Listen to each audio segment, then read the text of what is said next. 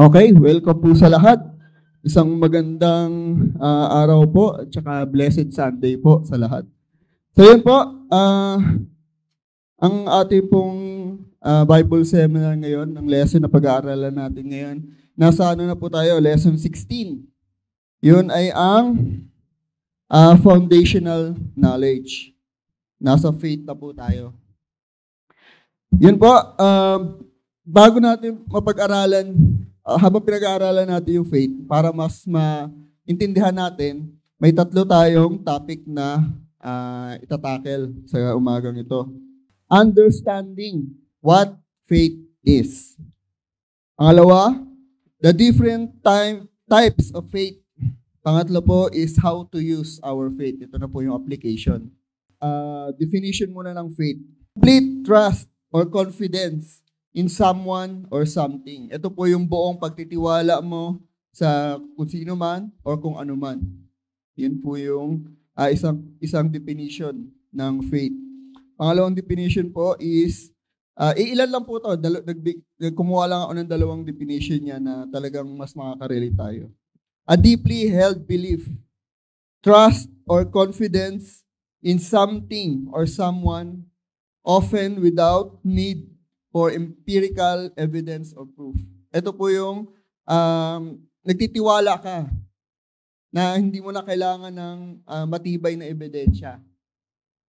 Nagtitiwala ka na alam mong o may confidence ka, may paniniwala ka kahit hindi mo pa nakikita o hindi mo pa nararamdaman.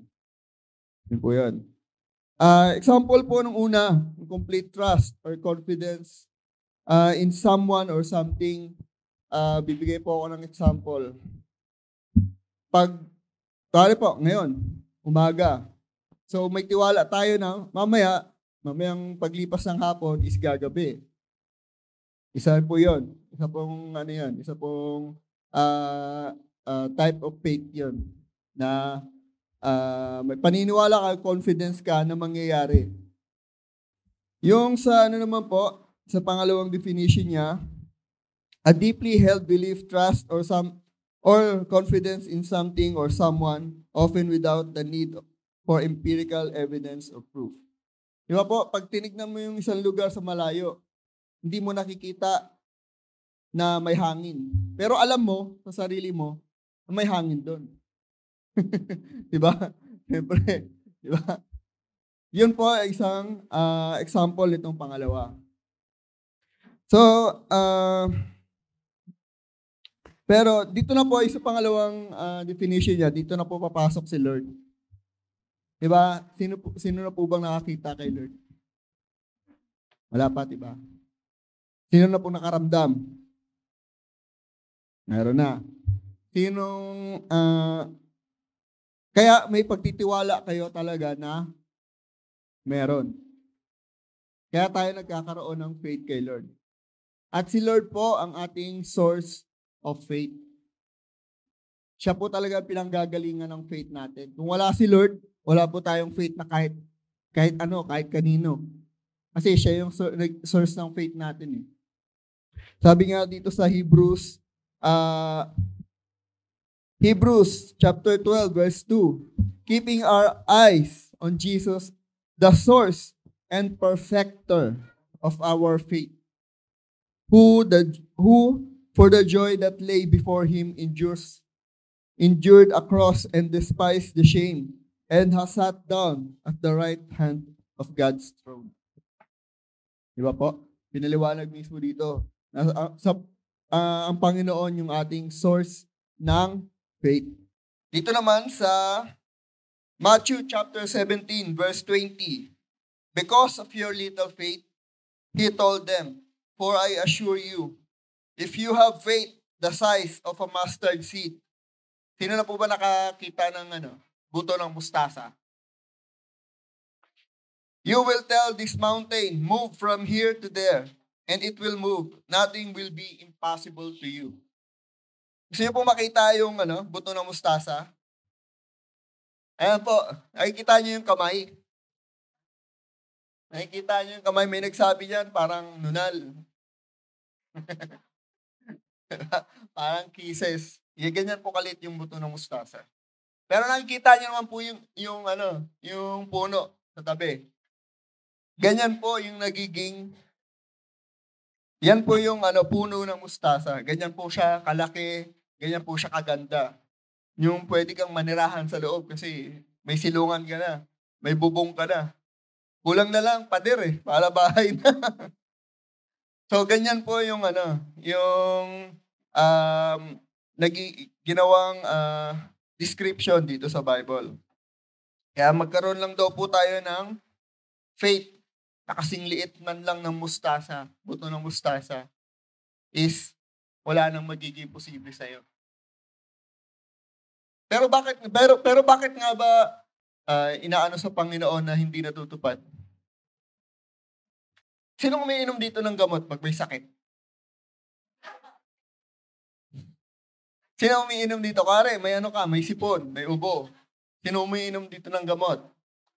O kaya may pa ba yung mga common na sakit? 'Di ba? Bakit tayo umiinom ng gamot? Kasi nagtitiwala tayo. Nagagaling tayo kasi umiinom tayo ng gamot, 'di ba? Pero yung gamot ba, sino ba may gawa niyan? Tao lang, 'di ba? So, ba't mas nagtitiwala tayo sa gawa ng tao kaysa sa Panginoon? Ang Panginoon yung source ng faith. Bakit mas nagtitiwala tayo sa gawa ng tao? Na alam naman natin na hindi tayo perpekto. Pero bakit yung nag-iisang perpekto, hindi pa natin mapagkatiwalaan? Hindi natin may buhos din yung faith natin. In-interview siya kasi nakita na yung yung kotse niya is Rolls Royce. Mamahaling sasakyan yun. Tinanong ko ano yung trabaho niya. Sabi niya, he's a man of God. So, sa sa conclusion ko is pastor or parang preacher, parang ganun. Kasi yung pagsasalita rin niya, makikita mo rin talaga yung power. Ang pagkakasabi niya dito, ito yung sa mga unbeliever or sa mga hindi pa naniniwala sa Panginoon. Ayan. It takes more faith to not believe in God than to actually believe in Him. Bakit kaya niya nasabi? Tanong nyo nga natin sa sarili natin. Bakit kaya niya nasabi na mas kailangan mo pa daw ng malaking faith na hindi maniwala sa Panginoon kaysa yung maniwala sa Kanya? Ano bang mas madaling paniwalaan? Bibigyan ko kayo ng dalawang senaryo. Ito yung naniniwala ka na may Diyos, na may gawa ng lahat ng to? Ikaw, lahat ng mga nakikita mo? O mas maniniwala ka dito sa nagkabungguan lang daw yung mga atoms o at nabuo ka? Anong mas kapaniwala sa tingin nyo? Yung tipong mabubuo ka. Mabubuo tayo. Ito lahat galing sa wala. Nakarinig na ba kayo ng ganun? May nabuo ng galing sa wala. O lang. Yan, wala to Kunwari, wala to kahit hangin dito. Tapos may mabubuo bigla. Mas makakapaniwala ba yun o ano? Mas nakakakumbinsi ba yun? Kesa sa maniwala tayo na may Diyos. Diba? Yun yung niya. Yun yung statement niya. Nung napakinggan ko. Napakaganda, sabi ko, oo nga, relate to sa topic ko. Kaya, kinopya ko agad yung yung sinabi niya. Napaka-powerful din. Yung testimony niya. Kasi, talagang makikita mo na hindi talaga siya pinabayaan ng Panginoon. Talagang binless talaga siya ng Panginoon kasi sasakyan pa lang niya, Rolls Royce. Di ba? Ibig sabihin, kasi rin siya ko is business-minded din siya. May business din siya. Kaya talaga hindi siya pinagkukulang, hindi talaga siya, talagang binless talaga siya. So yun, pangalawa, na tayo doon sa definition, dito naman tayo sa different types of faith. May dalawa pong different types of faith. Una po, the gift of faith. And pangalawa is faith that grows. That grows. Hindi ito, hindi, hindi ito ano ah, hindi ito si Faith na si Faith. Ito, faith, ito una natin sa gift of faith. The gift of faith is a manifestation of the Holy Spirit. Ang manifestation po ng Holy Spirit is marami. Una po is gift of the Holy Spirit. Ito po yung words of wisdom, words of knowledge, faith, healing, miracle, prophecy, discerning spirit, and speaking of tongues. Yan po yung sa gift of Holy Spirit. And may isa pa, fruit of Holy Spirit. Ito po yung expression. Expression of the Holy Spirit indwelling. Pangatlo is boldness. This can be seen in the face of opposition. Kahit maraming humahadlang sa'yo, kahit maraming tumatalik sa'yo, kahit maraming kumukontra sa'yo, nakikita pa rin yung manifestation ng Holy Spirit sa'yo. Inner voice of the Holy Spirit, isa rin po itong manifestation. Ability to understand God's Word, manifestation din po ito. At ito, isa sa pinaka-powerful din para sa akin, yung transformation. Siyempre, kung meron ka nung manifestation, posible namang wala kang transformation. Di ba? Medyo questionable na yun. Kailangan, siyempre, pag may manifestation, nakikita manifestation sa'yo, dapat may transformation din. So,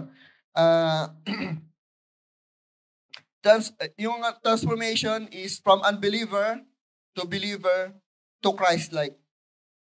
Yan po yung magiging goal natin. Yung pangatlo, yung Christ-like. Diba, lahat naman tayo, galing sa, may pinanganak pa dito, believer na agad. Wala pa naman, di ba? So, yun, unbeliever to believer to Christ-like. And yung pangalawa, faith that grows. When we are born again, we all receive a measure of faith. Hindi pala pare-parehas yung binibigay sa atin na faith. Kasi meron, minsan, nung naging born again siya, talagang taas na ng faith niya. May iba naman is, sakto lang. Pero yung pangalawa, ang importante. As we begin to grow in God, we decided what level of faith we will have. Tayo na yung magde-decide kung anong faith yung natin. Yung i-improve ba natin? O mananatili tayo doon? O mawawala? Yun po yung yun po yung pangalawa. Yan yung pangalawa yung importante. Pag naging believer tayo, bibigyan tayo ng iba't ibang faith. At yun, pangalawa is tayo naman magde-decide kung palalaguin ba natin to o hindi.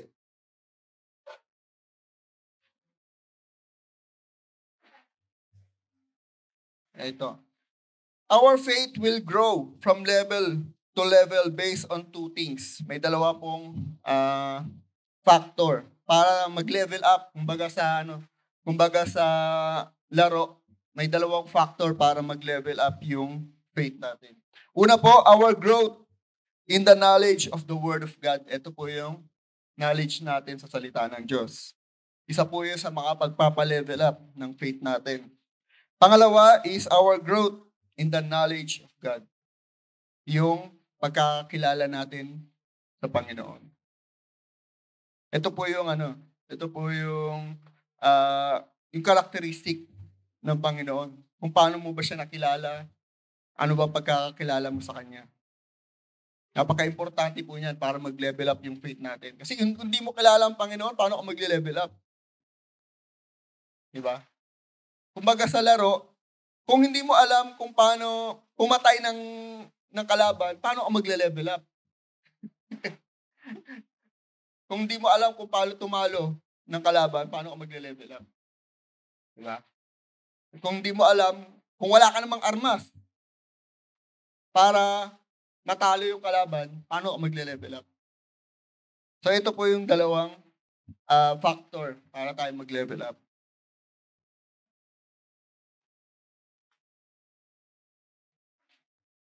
Ito po.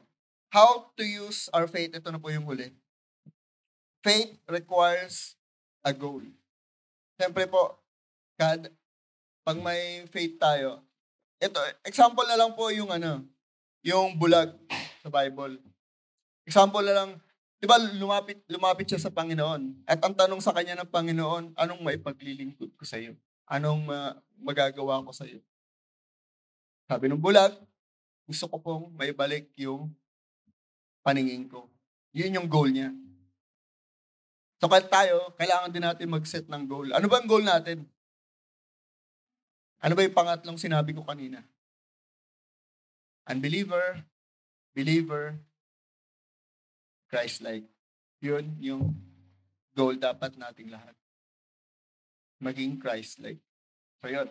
We must set a goal. Pangalawa po, the use of speech. In the realm of faith. Ang ibig sabihin po nito is yung yung word kasi natin is my power. It holds the power of life and death. So yun po yung yung kailangan nating maintindihan na bawat salita natin is makapangyarihan. Binigyan tayo ng kapangyarihan ng yung salita natin is talagang pwedeng magwasak o magbuo.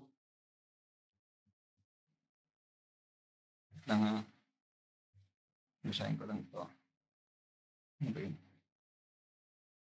Ayun.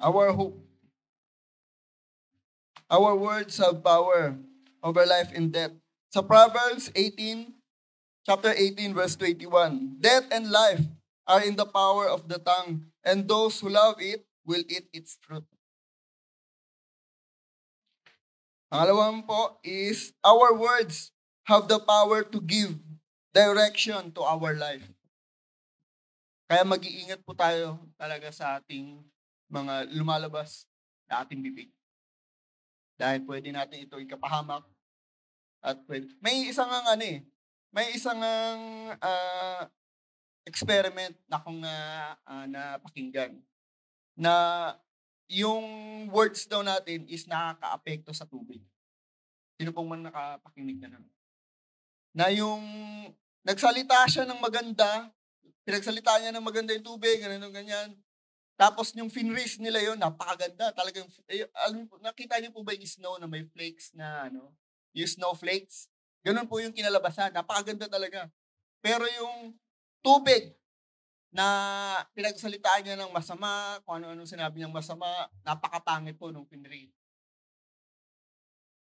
So, isang ebidensya po yon talaga na may makapangyarihan yung salita natin. Kaya mag-iingat-ingat po tayo. Yung mga bully dyan. Joke. So, yun. Tinamaan din. Okay, our words have the power to bring about miracles.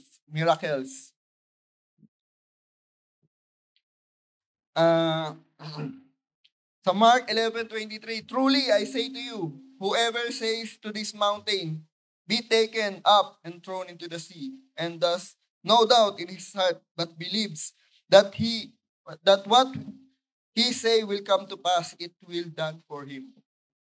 Di ba po? Napaka-powerful. Kaya sabi doon, yung sa verse na sinabi natin kanina, is nothing is impossible to you. Kapag mayroon ka lang daw faith na kasing laki ng mustasa. Our words have the power to overcome Satan. Ito yung dapat yung baon-baon natin lagi. Dapat lagi tayong may pangontra kay Satan. Kasi pag wala tayong pangontra kay Satan, konting ganun lang yung Satan, wala na. Konting, huy! Wala na. We must therefore put God's word deeply within our hearts. Dapat talaga equip tayo. Dapat nga, lagi, kung pwede lang araw-araw tayo may dalang Bible eh. pero may narinig lang din. Mahilig kasi akong manonood ng mga short clips. Pinaliwanag doon kung ano daw yung paghihirap ng mga Christian, born again Christian sa China. Yung mga Christian daw doon is, 'di ba? Kung lingid man sa ano nyo, sa kaalaman nyo is kinukulong pag na-discovering Christian ka, kinukulong sila doon. Pero ang ginagawa nila doon, kahit sa kulungan ang ginagawa nila doon is may mga kapatid silang dumadalaw sa kanila, binibigyan sila ng papel na nandun yung isang chapter ng Bible. At may pagkakataon yon na pwede kang mahuli. Kaya ang ginagawa nila doon is kinakabisado nila agad. Kinakabisado nila agad yung chapter na yun. Kaya yung napakinggan ko yun, yung pinabasa sa kanya yung isang chapter, kabisado niya, walang Bible, hawak-hawak. Yun naman yung naging advantage sa China. Yung mga Christian sa China. Kasi kahit sa persecution nila, pinipersecute sila, hinuhuli sila, kinukulong sila, doon naman sila pinagkakalooban ng Panginoon ng paraan kung paano naman nila gagamit yung ano nila. Kasi, ikaw ba makakabisado mo yung isang chapter?